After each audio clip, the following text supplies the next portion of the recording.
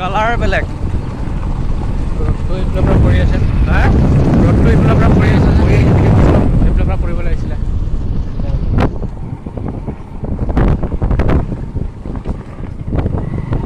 ধুনীয়া ৰাস্তা